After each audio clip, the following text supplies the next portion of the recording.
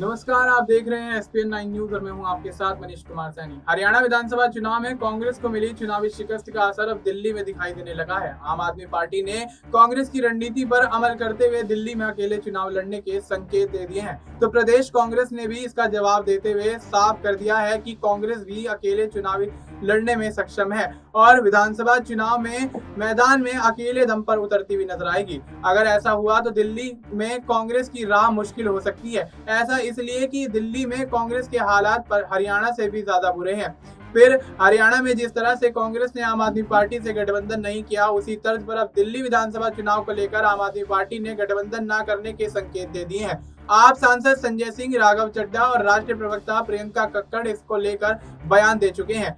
आप सांसद राघव चड्ढा का तर्क है कि देश में दो कैटेगरी के चुनाव होते हैं। पहली कैटेगरी रीजनल पार्टियां हैं, वो बीजेपी को हराने में सक्षम है और हराती भी आई हैं, जैसे तमिलनाडु में डीएमके, पश्चिम बंगाल में तृणमूल कांग्रेस या दिल्ली में आम आदमी पार्टी। इस कैटेगरी के चुनावों में कांग्रेस या अन्य दलों की सहायता की आवश्यकता नहीं पड़ती है। दूसरी कैटेगरी उन राज्यों की है जहां पर भारतीय जनता पार्टी और कांग्रेस के बीच सीधी फाइट होती है और कांग्रेस कहीं न कहीं बीजेपी को हराने में सक्षम नहीं हो पाती है।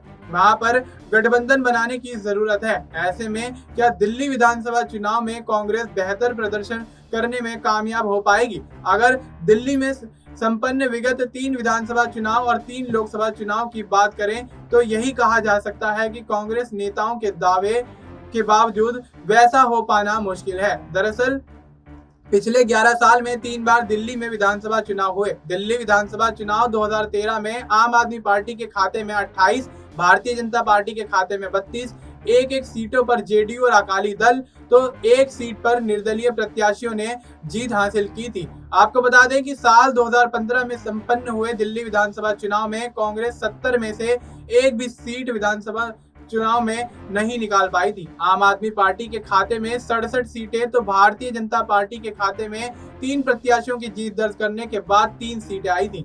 दिल्ली विधानसभा चुनाव 2020 में आम आदमी पार्टी ने 62 सीटों पर तो बीजेपी के प्रत्याशी 8 सीटों पर चुनाव जीते। इस बार भी कांग्रेस के प्रत्याशी खाता खोलने में कामयाब नहीं हो पाए। साल 2014, 2019 और 2024 लोकसभा चुनाव में दिल्ली की सभी सीटों पर भारतीय जनता पार्टी के प्रत्याशियों की जीत हुई और आम आदमी पार्टी और कांग्रेस के एक भी प्रत्याशी जीत दर्ज कराने में लगातार 3 बार असफल रहे।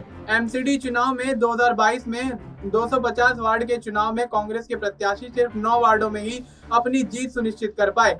ऐसे में 134 पर आम आदमी पार्टी तो 104 पर भारतीय जनता पार्टी के प्रत्याशियों ने जीत दर्ज की थी। वोट प्रतिशत की बात करें तो कांग्रेस दिल्ली में आम आदमी पार्टी और भारतीय जनता पार्टी के बाद तीसरे नंबर की पार्टी है। अब देखना ही दिलचस्प होगा कि किस तरह से आम आदमी पार्टी, कांग्रेस और भारतीय जनता पार्टी दिल्ली में होने वाले विधानसभा चुनाव में रणनीतियां बनाती हुई नजर आती है और 2 बार से सत्ताधारी आम आदमी पार्टी क्या एक बार फिर से सत्ता में आते हुए हैट्रिक लगाती हुई नजर आएगी, या फिर जिस तरह से लोकसभा चुनाव में इस बार भारतीय जनता पार्टी एक बार फिर से 7 सीटें कब्जाने में कामयाब होती हुई नजर आई। ठीक उसी प्रकार से रणनीति बना के दिल्ली विधानसभा चुनाव में आम आदमी पार्टी को करारी शिकस्त देती हुई भारतीय जनता पार्टी नजर आएगी। फिलहाल आपको इस मुद्दे पर क्या कुछ लगता है, आप अपनी राय हमें कमेंट करके बता सकते हैं। बाकी देश और दुनिया से जुड़ी तमाम जानकारी के लिए आप देखते रहिए एसपीएन 9।